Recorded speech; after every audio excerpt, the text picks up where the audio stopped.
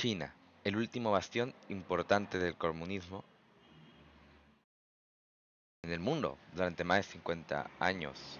La historia del país ha estado dominada por la sombra de un hombre.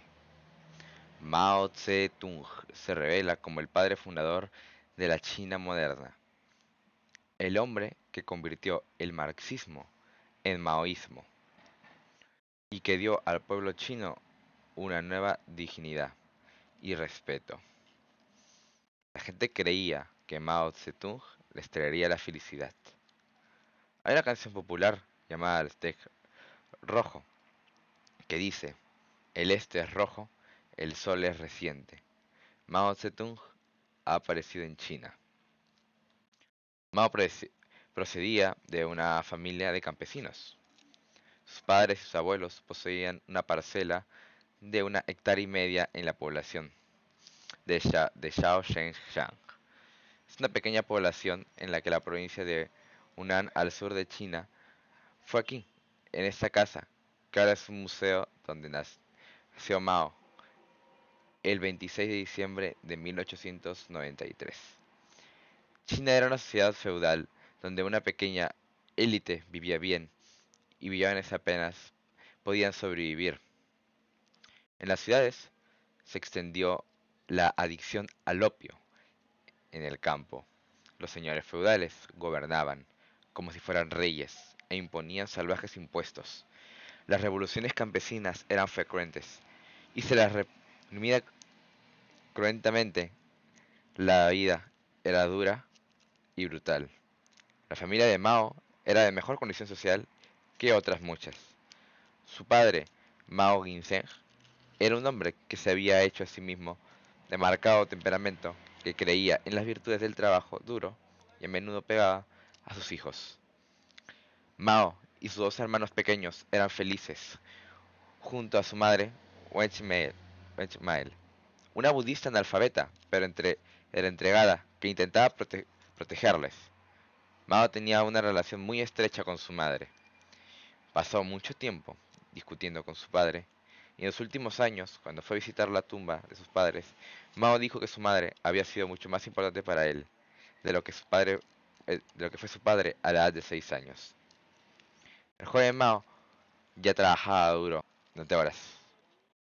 En los campos de su padre recibió una corta educación, y para cuando cumplió los 13 años, ya trabajaba jornada completa en la granja de su padre. Cada vez era más impaciente, no tenía educación, pero tenía una ambición que él ignoraba, y esta era una muy buena combinación. No sabía qué hacer consigo mismo, pero siempre tenía un apetito voraz por una lectura y un espíritu de aventurero radical.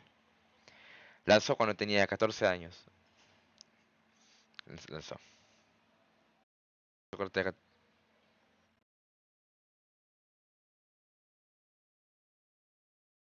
Cuando tenía 14 años, su padre arregló su matrimonio con una muchacha de la localidad.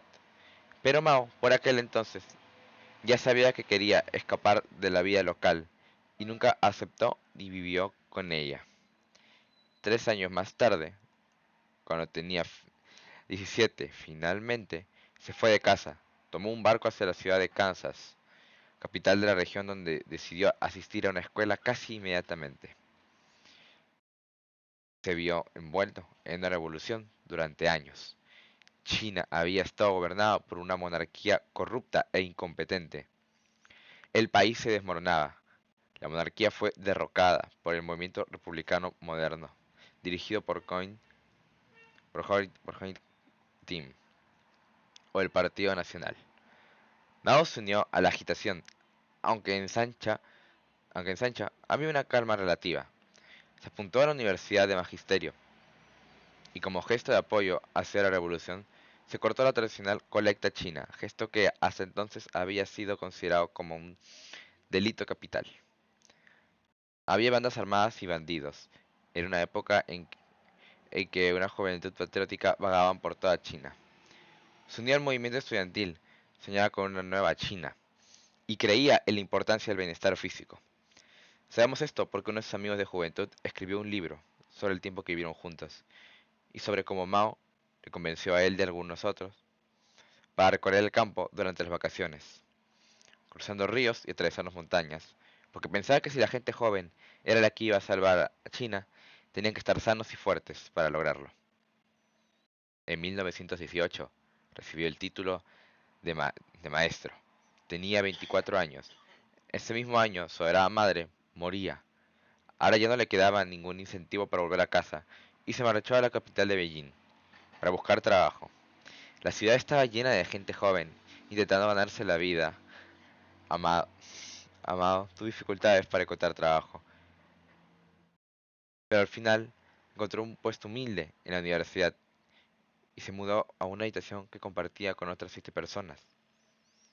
En la parte pobre de la ciudad, era ayudante en la biblioteca de Beijing, y creo que para él esto fue lo más cercano a la educación universitaria. Los estudiantes, los otros estudiantes, lo trataban con desprecio, y también el nivel de este puesto le frustraba enormemente.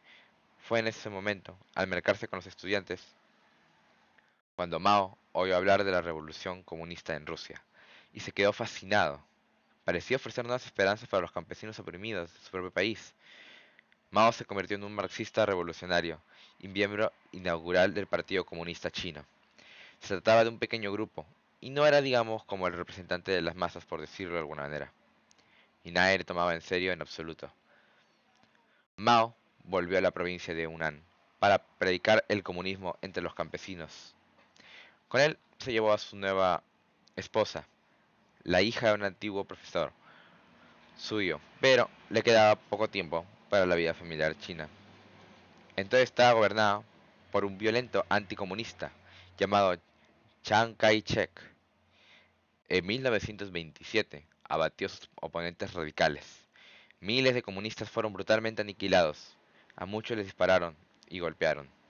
Mauro, junto con su familia y un grupo de lucha comunista a las inaccesibles y lejanas montañas de Jiangxi, al sur de China, un lugar que él conocía desde su juventud.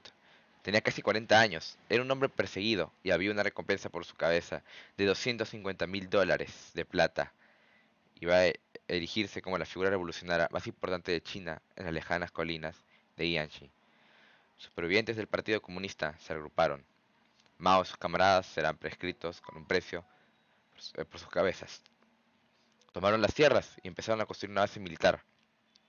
A finales de los años 20 ya habían conseguido una estable cantidad de seguidores. Mao estaba en su elemento.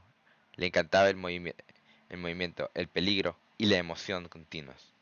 Pero sabía que el gobierno de Chiang Kai-shek no tardaría mucho en atacar a Mao. Y otros comunistas se dieron cuenta de que habían construido un ejército, poco a poco, y con mucha dificultad porque los campesinos no querían ser guerreros, solo querían ocuparse de sus tierras, cuidar a sus familias. Llamado, el resultado resultó muy difícil formar un ejército, pero paulatinamente sí que logró en diversas bases militares, y esto suponía una amenaza. Además, Mao está aprendiendo a ser un organizador hábil y despiadado, aunque lo ocultaba detrás de una fachada de carácter encantador.